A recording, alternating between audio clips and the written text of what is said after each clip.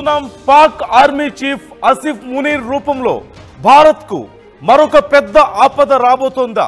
భారత్ మీద పాకిస్తాన్ అమెరికాతో కలిసి ముఖ్యంగా అక్కడ ఆర్మీ చీఫ్ ఆసిఫ్ మునీర్ అమెరికాతో కలిసి భారత్ మీద మరొక అతిపెద్ద కుట్రకు తెరతీసే అవకాశం ఉందా అంటే అవుననే సంకేతాలు కనిపిస్తున్నాయి. ముఖ్యంగా పాకిస్తాన్లో ఒక ఎమర్జెన్సీ సిచ్యువేషన్ కి దగ్గర పడుతున్నట్లుగా తెలుస్తోంది. ఇప్పటికే పాక్ ఆర్మీ చీఫ్ ఆసిఫ్ మునీర్ పాకిస్తాన్లో తిరుగుబాటు మొదలుపెట్టారు. అధ్యక్ష పదవిపై ఆసిఫ్ మునీర్ కన్నేశారు. ప్రస్తుత అధ్యక్షుడు ఆసిఫ్ అలీ జర్దారీని గద్దె దించేందుకు మునీర్ తీవ్ర ప్రయత్నాలు చేస్తున్నట్లుగా తెలుస్తోంది. తనను తాను అధ్యక్షుడిగా ప్రకటించుకోబోతున్నాడు ఆసిఫ్ మునీర్. ఈ నేపథ్యంలోనే ఈ మధ్య కాలంలో ట్రంప్తో జరిగినటువంటి భేటీకి సంబంధించి కూడా చాలా కీలక పరిణామాలు చోటు చేసుకున్నాయి. ముఖ్యంగా ట్రంప్తో భేటీ తర్వాతనే పాకిస్తాన్లో పరిణామాలు చాలా వేగంగా మారిపోతున్నాయి. ఒకవేళ మునీర్ అధ్యక్షుడైతే భారత్కు ఖచ్చితంగా మరింత ప్రమాదం పొంచి ఉండబోతోంది అనడంలో ఎలాంటి సందేహం లేదు. ముఖ్యంగా మునీర్కు ఉగ్రవాదులతో సంబంధాలు ఉండడం కూడా కీలకమైనటువంటి ఉగ్రవాద నాయకులతో సంబంధాలు ఉండడం కూడా ఇక్కడ భారత్కు అతిపెద్ద సమస్యగా మారబోతోంది. మరోవైపు అసలు పహల్గామ్ ఉగ్రదాడికి మునీరే కారణం అంటూ ఆరోపణలు కూడా ఉన్నాయి. బ్యాక్గ్రౌండ్లో మునీర్ వర్క్ కూడా దీనికి ప్రధానంగా ఉంది అంటూ ఆరోపణలు ఉన్నాయి. మరోవైపు ప్రపంచ దేశాల ముందు మునీర్ ఒక పెద్ద గొప్ప వ్యక్తిలాగా తనను తాను చిత్రీకరించుకునేటువంటి ప్రయత్నాలు ఈ మధ్యకాలంలో మనం చూసాం. ముఖ్యంగా ఒక 2-3 సభల్లో పాకిస్తాన్లో జరిగినటువంటి 2-3 సభల్లో భారతే ముందు అటాక్ చేస్తుందని, భారతే ఉగ్రవాదులను పాకిస్తాన్ మీదకి ప్రేరేపిస్తుందని, తాము మాత్రం చాలా జాగ్రత్తగా ఆలోచించి పథకం ప్రకారం పద్ధతిగా భారత్తో రియాక్ట్ అవుతున్నామంటూ మునీర్ చేసినటువంటి వ్యాఖ్యలు ఎంత హాస్యాస్పదం అయ్యాయో మనందరం చూసాం. రైట్, ఒక్కసారి ఈ మధ్య జరుగుతున్నటువంటి పరిణామాలు చూద్దాం. పహల్గామ్ ఉగ్రదాడి జరగడం, ఆ ఉగ్రదాడి వెనక మునీర్ హస్తం కూడా ఉంది అంటూ వచ్చినటువంటి ఆరోపణలు. ఎందుకంటే పాకిస్తానే ఉగ్రవాదులను తయారు చేస్తుందని, పాకిస్తాన్ సైన్యమే ఉగ్రవాదులకు కూడా ట్రైనింగ్ ఇస్తుంది, వాళ్ళకి తుపాకులు ఇస్తుంది, వాళ్ళకి అన్ని రకాలుగా సౌకర్యాలు సమకూరుస్తుంది ప్రపంచం అందరికీ తెలుసు, జగమెరిగిన సత్యం అంటారు. సో అలా అందరికీ తెలిసిన విషయమే. ఈ నేపథ్యంలో ఖచ్చితంగా పహల్గామ్ ఘటన వెనక ఇక్కడ రాజకీయ అస్థిరతను, ప్రజల్లో ఒక రకమైనటువంటి కులాల మధ్య మతాల మధ్య అస్థిరతను క్రియేట్ చేసే దాంట్లో కూడా భాగంగా మునీర్ స్కెచ్ ఉంది అంటూ పెద్ద ఎత్తున అప్పుడు ఆరోపణలు కూడా ఉన్నాయి. ఈ నేపథ్యంలో ఈ మధ్యకాలంలో మునీర్ చేసినటువంటి వ్యాఖ్యలు కూడా తనను తాను ఒక గొప్ప వ్యక్తిగా, శాంతి దూతగా చిత్రీకరించుకునేటువంటి ప్రయత్నాలు కూడా ఈ సంకేతాలను మనకి క్లియర్గా చూపిస్తూనే ఉన్నాయి. మరొక ముఖ్యమైనటువంటి అంశాన్ని మనం గమనించాలి. ఎప్పుడైతే భారత్ తిరిగి అటాక్ చేసిందో, 2 దేశాల మధ్య యుద్ధం పెద్దదైపోయి భారత్ పైచేయి సాధించిందో, మునీర్ మీద తీవ్రమైనటువంటి ఒత్తిడి ప్రజల నుంచి వచ్చింది, రాజకీయ నాయకుల నుంచి కూడా వచ్చింది.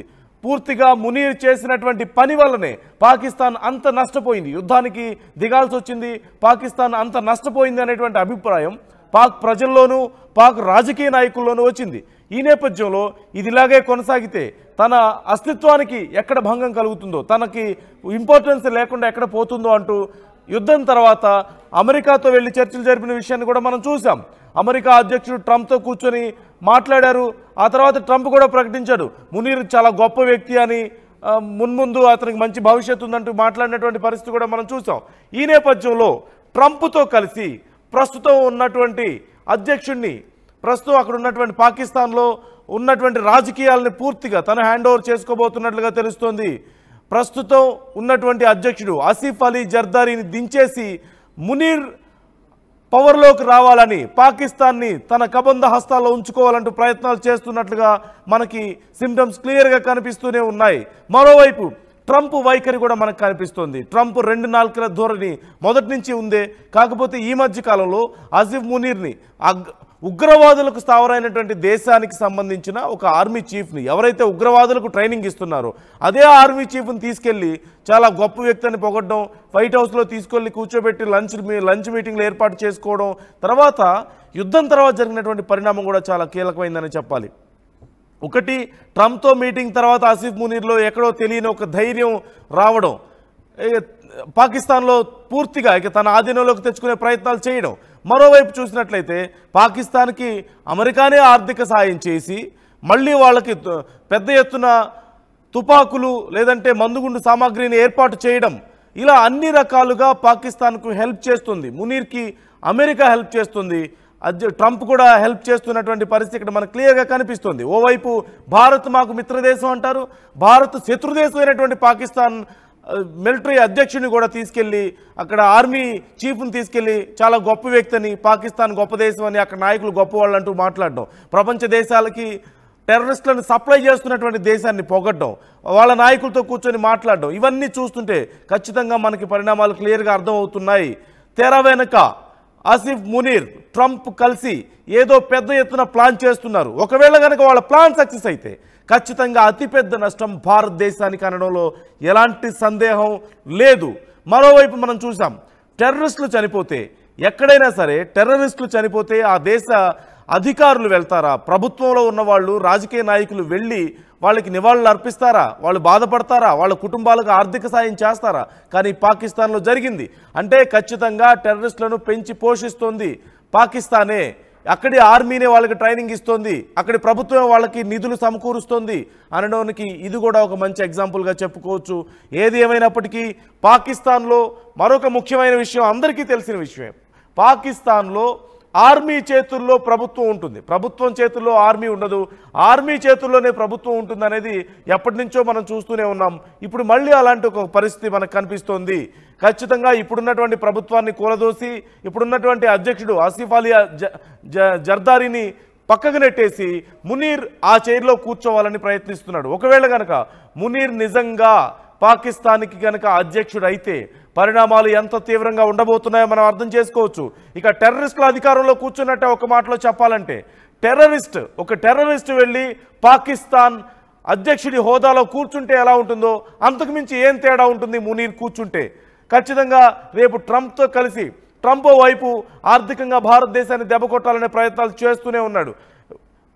ఒక్కసారిగా డైరెక్ట్గా అలాంటి ప్రయత్నాలు చేయకపోయినప్పటికీ కూడా కొద్దిగా సందర్భం వచ్చినప్పుడల్లా భారతదేశం మీద ఉన్నటువంటి ఆ విషయాన్ని, భారతదేశం మీద తన ఆక్రోశాన్ని, ట్రంప్ తనకున్నటువంటి వ్యతిరేకతను ఏదో ఒక రూపంలో వెళ్ళగక్కుతూనే ఉన్నాడు. ముఖ్యంగా మనం ఈ మధ్య కాలంలోనే చూసాం, యాపిల్ సంస్థ ఇక్కడికి వచ్చి ఇన్వెస్ట్ చేస్తానంటే మీరు భారతదేశంలో ఇన్వెస్ట్ చేయడానికి కుదరదని చెప్పి ట్రంప్ చెప్పిన పరిస్థితి చూసాం.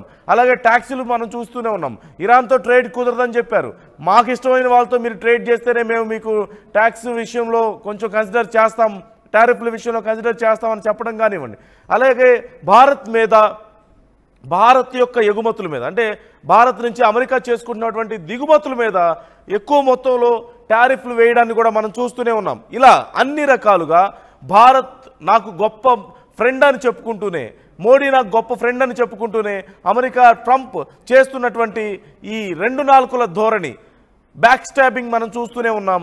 దానికి తోడు ఇప్పుడు పాకిస్తాన్కి ఒకవేళ నిజంగా మునీర్ గనక అధ్యక్షుడి పదవిలో కూర్చుంటే, ఒక టెర్రరిస్ట్ పాకిస్తాన్ అధ్యక్షుడి హోదాలో కూర్చుంటే ఇక భారతదేశానికి, ప్రపంచంలో అతిపెద్ద నష్టం భారతదేశానికే ఖచ్చితంగా జరగబోతోంది. అఫ్కోర్స్ పాకిస్తాన్ కూడా అంతకంటే ఎక్కువ నష్టపోయే అవకాశం లేకపోలేదు. ఇప్పటికే ఉన్నటువంటి అనిశ్చితి మరింత పెరుగుతుంది, ఇంటర్నల్గా ఉన్నటువంటి అన్రెస్ట్ మరింత పెరుగుతుంది. ఖచ్చితంగా ప్రజలు మునీర్ మీద తిరుగుబాటు చేస్తారు అతి తక్కువ కాలంలోనే, అందులో ఎలాంటి డౌట్ లేదు. కానీ మభ్యపెట్టే అవకాశం ఉంది కొంతకాలమైనా. ఈలోపు భారత్ నష్టపోయే అవకాశం ఉంటుంది. అమెరికాకి ఇది ఖచ్చితంగా ఒక వెపన్ లాగా ఉపయోగపడుతుంది. అమెరికా భారత్ని మరింత బలంగా బ్యాక్ స్టాప్ చేసే ఆలోచన ఇక్కడ క్లియర్గా కనిపిస్తుంది అనడంలో ఎలాంటి సందేహం లేదు. ఈ నేపథ్యంలో భారత్ కూడా ఈ పరిణామాలను చాలా కీలకంగా, చాలా ఆసక్తిగా పరిశీలిస్తుంది. ఎలా మునీర్కి అడ్డుకట్ట వేయాలి అనే విషయంలో ట్రై చేస్తుంది. మరోవైపు ఖచ్చితంగా ఆసిఫ్ అలీ జర్దారీకి ఇప్పటికే మునీర్కి మధ్య కూడా కొంత గ్యాప్ క్రియేట్ అయింది. పాకిస్తాన్లో అన్రెస్ట్ చూస్తూనే ఉన్నాం. యుద్ధం తర్వాత ప్రజలకు అక్కడ తిండి లేక, తాగడానికి నీళ్లు లేకపోవడం వల్ల, తిండి లేకపోవడం వల్ల, వ్యవసాయం చేసుకునే అవకాశం లేకపోవడం వల్ల, నిధులు లేకపోవడం వల్ల, వచ్చినటువంటి కొద్దిపాటి నిధులను కూడా ఆయుధాల కోసం పాకిస్తాన్ వెచ్చిస్తున్నందువల్ల అక్కడ ఉన్నటువంటి ప్రజలు నానా అవస్థలు పడుతున్నారు. కనీసం చిన్నపిల్లలకి పాల ప్యాకెట్లు కూడా లేని పరిస్థితి కనిపిస్తోంది, మిల్క్ పౌడర్ కూడా దొరకని పరిస్థితి, గ్యాస్ సిలిండర్స్ లేక చివరికి పెద్ద కవర్స్లో, ప్లాస్టిక్ కవర్స్లో, పెద్ద పాలిథిన్ కవర్స్లో గ్యాస్ను నింపుకొని వెళ్ళినటువంటి పరిస్థితులు కూడా మనం చూస్తున్నాం. అంతకంటే దౌర్భాగ్యమైన పరిస్థితులు ఏ దేశంలో ఉన్నాయి? ఎంత పేద దేశంలో కూడా ఇంతకంటే పంచి పరిణామాలు కనిపిస్తున్నాయి. మరోవైపు దేశమంతా ఎంత నాశనం అయిపోతున్నా కానీ అక్కడ ఉన్నటువంటి అధ్యక్షులు లేదంటే సైన్య అధికారులు మాత్రం చాలా విలాసాలను అనుభవిస్తున్నటువంటి తీరు కూడా మనం చూస్తూనే ఉన్నాం. ఇలా వీటన్నిటిని చూసి పాకిస్తాన్లో ప్రజలకు కూడా ఒక అన్రెస్ట్ క్రియేట్ అవుతుంది, ప్రజల్లో కూడా వ్యతిరేకత వ్యక్తం అవుతుంది. మొన్న యుద్ధం సమయంలోనే చూసాం ఇంటర్నల్గా ఎంత పెద్ద రైవలరీ మనకు కనిపించిందో, ఇంటర్నల్గా ఉన్నటువంటి అన్రెస్ట్ ఎంత పెరిగిందో, చివరికి అంతర్యుద్ధం వచ్చేస్తుందా అనేటువంటి పరిస్థితి కూడా కనిపిస్తుంది. అందులోనూ పాకిస్తాన్లో ఉన్నటువంటి గ్రూపులు కూడా మనం చూస్తూనే ఉన్నాం. ఈ తరుణంలో ఒకవేళ మునీర్ గనక పాకిస్తాన్ అధ్యక్షుడి హోదాలో కూర్చుంటే, మునీర్ లాంటి ఒక ఉగ్రవాదే అధ్యక్షుడి హోదాలో కూర్చుంటే పరిస్థితులు ఎలా ఉండబోతున్నాయో అర్థం చేసుకోవచ్చు.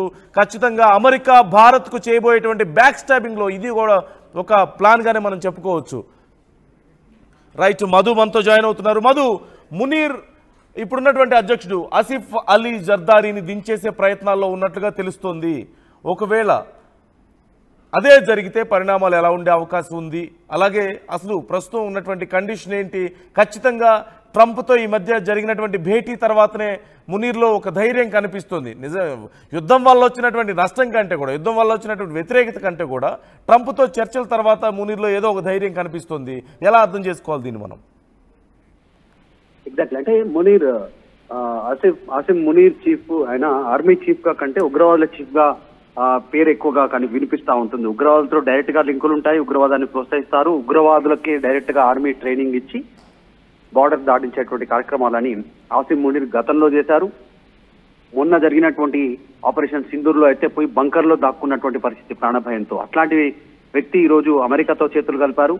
మొదటి నుంచి అంచనా వేస్తున్నట్టుగానే భారత్ ఏ రకంగా అయితే అంచనా వేస్తా ఉందో దాని ప్రకారమే ఆసిఫ్ మునీర్ ప్రస్తుతం చర్యలు ఉంటున్నాయి, కదలికలు ఉంటున్నట్టు చాలా స్పష్టంగా కనిపిస్తా ఉంది. ఎందుకంటే ప్రధానిని ఇక్కడ ప్రోత్సాహం చేయలేదు.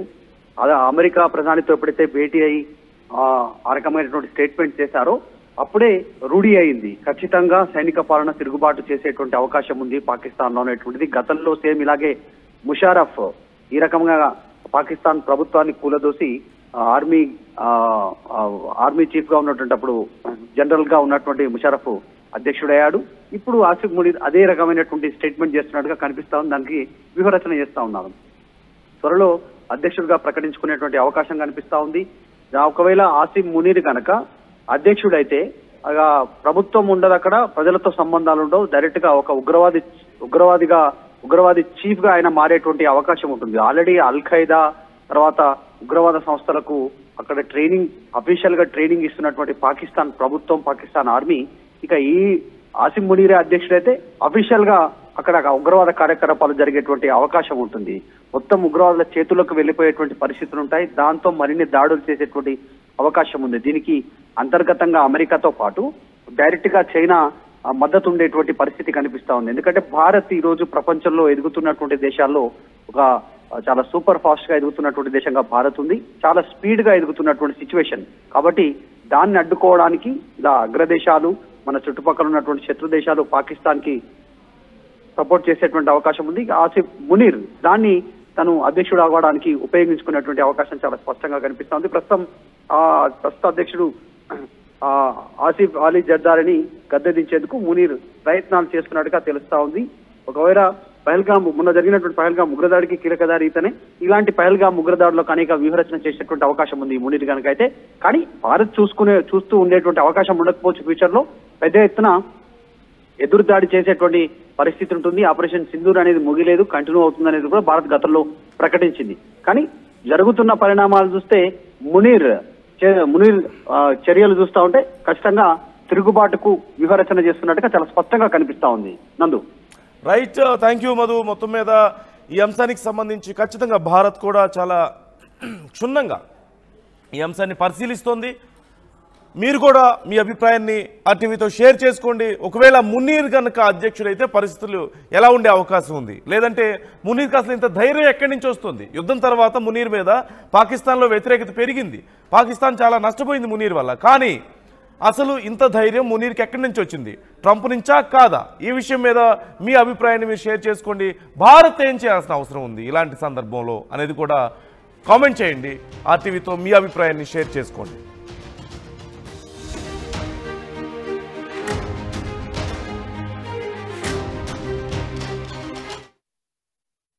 Then patients చపాతీ రోటీగా కూడా సంతృప్తిగా రైస్ కూడా తినవచ్చు.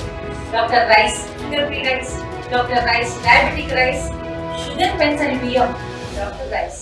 తెలుగులో న్యూస్ కి ఫాస్టెస్ట్ యాప్ ఇప్పుడు టోటల్లీ న్యూ అవతార్లో. జస్ట్ 5 seconds లో కంప్లీట్ న్యూస్, సోషల్ మీడియాలో ట్రెండ్స్ కి one stop solution, live TV app, voice search option తో ఇప్పుడే డౌన్లోడ్ చేయండి లేదా అప్డేట్ అయిపోండి.